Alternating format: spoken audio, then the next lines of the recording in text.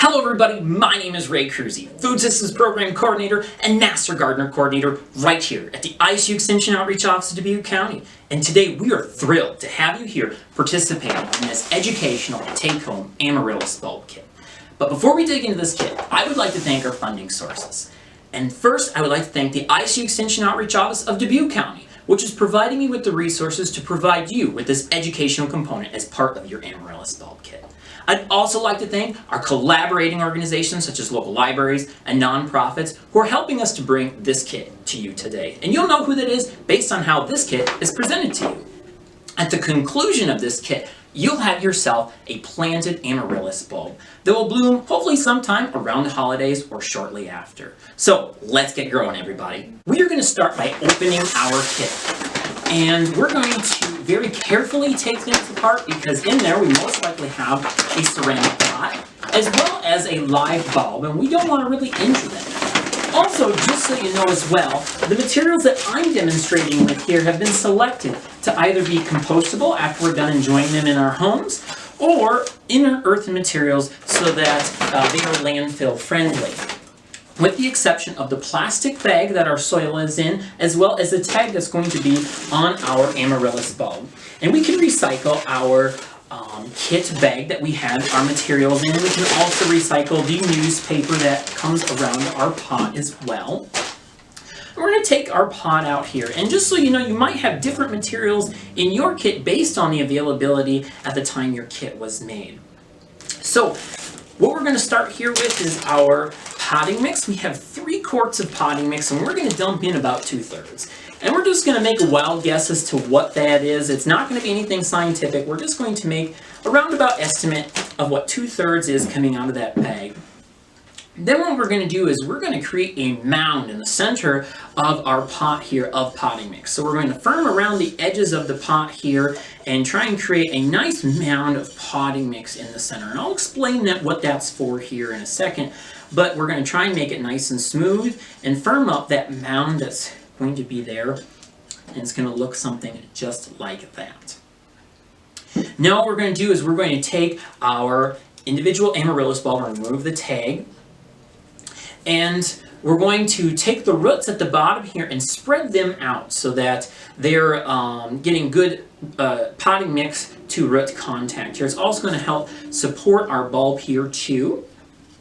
And we're going to set that on top of that mound here, and we're going to push those roots down around the mound or the volcano-like bit of potting mix we have there. Just kind of firm that there on top there so our bulb is centered in the middle.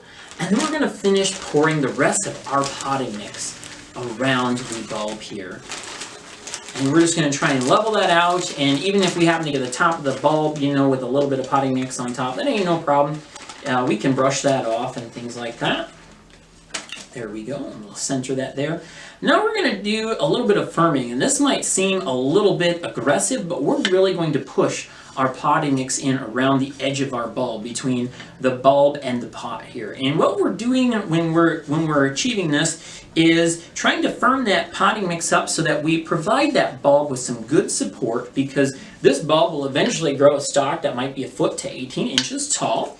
And it's going to want to fall over unless, and I'll explain in a little bit how to avoid that with a little bit more care. But in the event that it doesn't want to fall over, we're going to provide our bulb with a little bit of support by firming that soil up really well around the edge of our Amaryllis bulb. And you can see there, I've got that completed, and we're about halfway down our Amaryllis bulb. And our Amaryllis bulb does not need to be completely covered with soil. That's not necessary for them to grow. We're just providing that extra potting mix around the edge for that support. You can also use your dowel as well, and this is a little trick I've had over the years of trying to firm that up around the bulb as well. Now that we've got our bulb planted in the pot, it's time to decorate. And in their kit, you'll find some decorations in there, and you can choose how you want to decorate your bulb and your Amaryllis pot, but for me, this is how I choose to do it so that it looks something similar to this. This is just my preference, but like I said, beauty's in the eye of the beholder, and it's up to you as to how you choose to do so. What I'm going to do here is take this biodegradable burlap ribbon and fold it in half here and try and make a really nice crease on that. And then what I'm going to do here is I'm going to take my scissors And I'm going to cut 8 to 10 inches up on that crease of the ribbon from either side. So we're going to cut the 8 to 10 inches up here and flip it over and cut on that crease once again 8 to 10 inches as well. Just like that. And now what we're going to do is we're going to focus on tying. This can get a little bit tricky. So what we're going to start with is our rope that was included with our kit that was tying our newspaper around the pots for protection. And we're going to place about the center of that rope here right on the pot rim. And then what we're going to do is take our burlap ribbon and wrap this around. So that's about centered right there where that rope came over the edge. And we're going to do a series of folds or lapping here. So we're going to take one half of the ribbon and lap it over. And we're going to take another piece of the half of the ribbon and lap that over. And lap the next half over. And lap the final half over just like that. And then we're going to want to make sure that we have our rope kind of centered in the middle of those laps there. And when we have that centered there, what we're going to do is we're going to tie that up tight. And just do a standard shoe tight bow there and tie that up nice and tight. Put a couple of little nice loops on there so it's kind of dressed up. And fluff up the edges of the red ribbon and the little loops on the bow there. And there you have it. We have a nicely decorated amaryllis bulb. And the last thing we're going to do is you have a dowel included with your amaryllis bulb. And now that we have this planted here, what we're going to do is we're going to put this in a sunny window that's going to be preferably 70 degrees or above, and that's what you get in most houses. And between the light and the heat, we're going to trigger this bulb to grow. And our job is going to be to rotate this halfway around every day. So if it's Monday, we have it here. Tuesday, we rotate it around. Wednesday, we rotate it around again. And we continue that process as our bulb continues to grow the flowers out the top.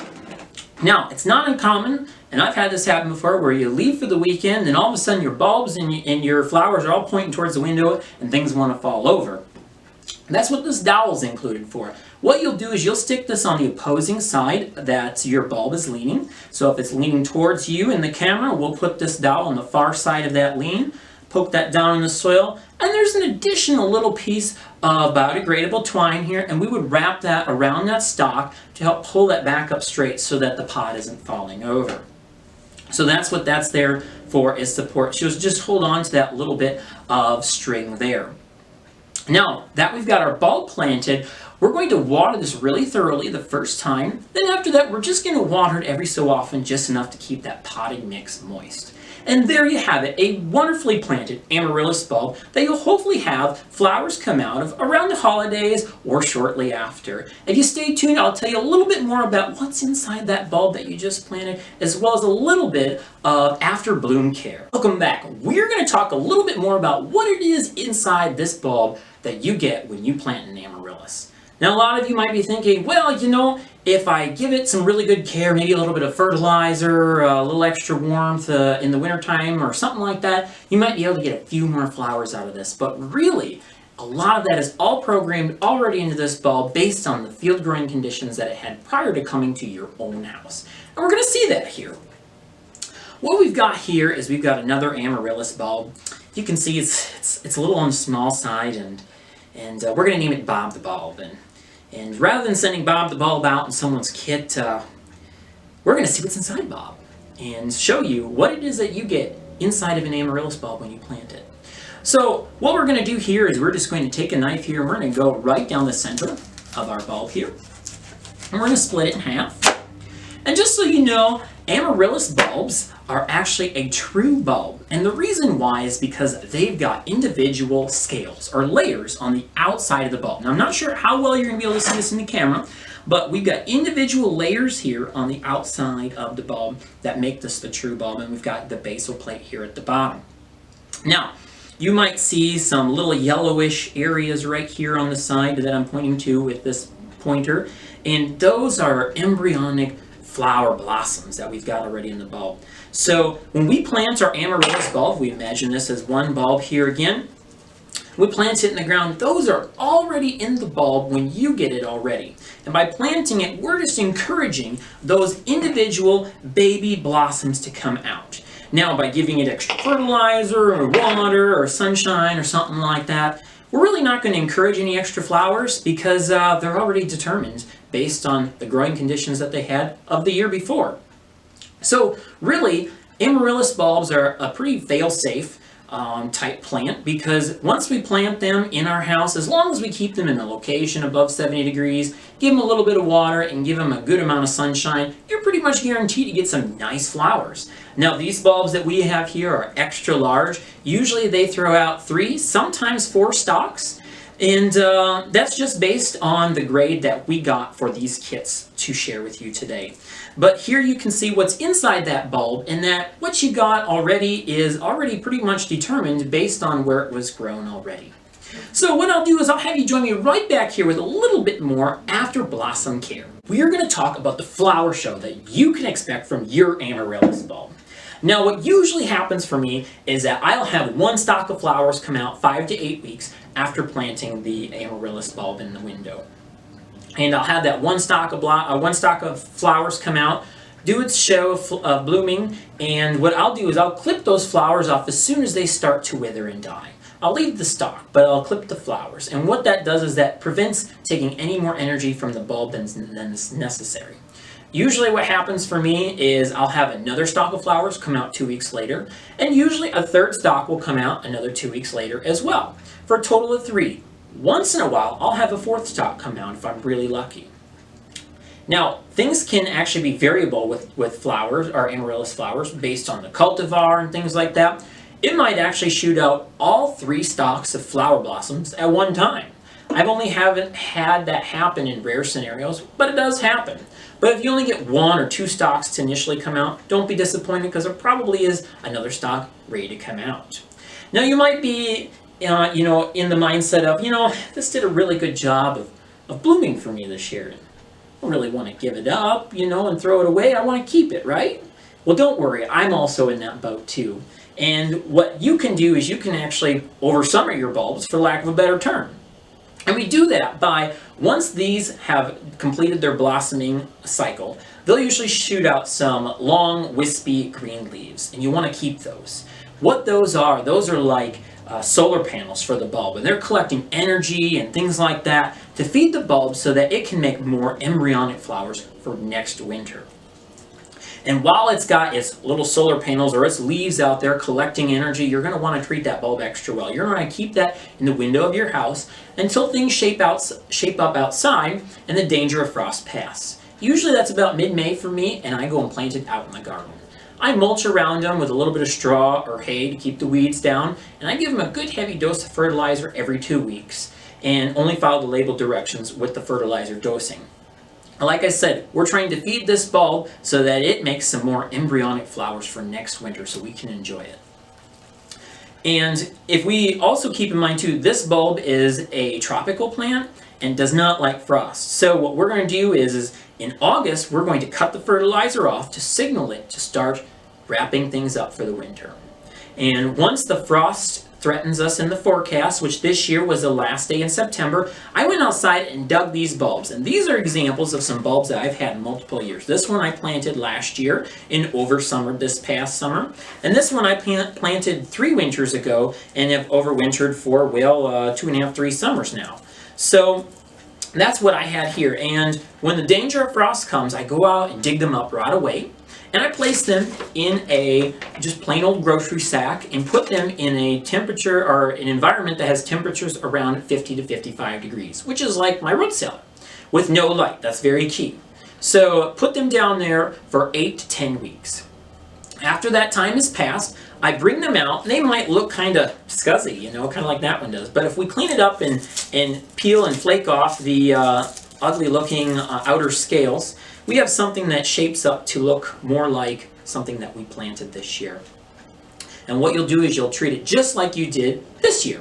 and you plant it in the pot, you put it halfway in the soil, you hopefully have some blossoms. Now, I will say this bulb that I have here didn't really blossom last winter. It just maintained its vegetative state. So I'm really hoping for some blossoms this year. But you know, that's one of the wonderful things about nature, is that you never know, and that's one of the fun things about gardening is that if it doesn't work out, there's always next year. And that's what I've been doing. So we'll see what happens with this bulb. But this is my one from last winter. So with that, I hope you learned a little bit about the after blossom care of your Amaryllis, and I hope you've learned a little bit with this activity. This is Ray Kruse, Food Systems Program Coordinator and Master Gardener Coordinator right here at the ISU Extension Outreach Office of Dubuque County. Happy growing, everybody.